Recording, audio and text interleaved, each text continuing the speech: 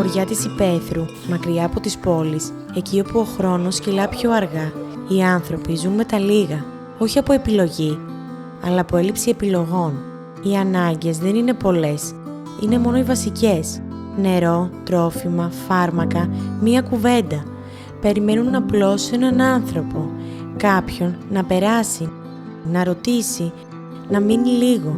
Και κάποια στιγμή έρχεται η Go Together. Χτυπάει την πόρτα απαλά. Ρωτάει με σεβασμό. Ακούει με προσοχή. Όχι για να λύσει τα πάντα, αλλά για να ξεκινήσει από τα απλά.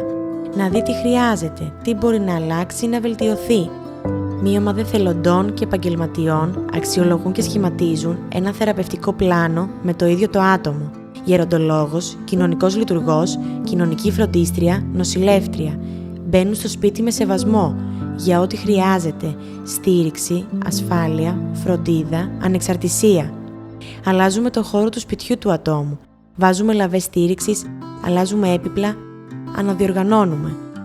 Δίνουμε τρόφιμα ανάλογα με τις ιατρικές ανάγκες του ατόμου.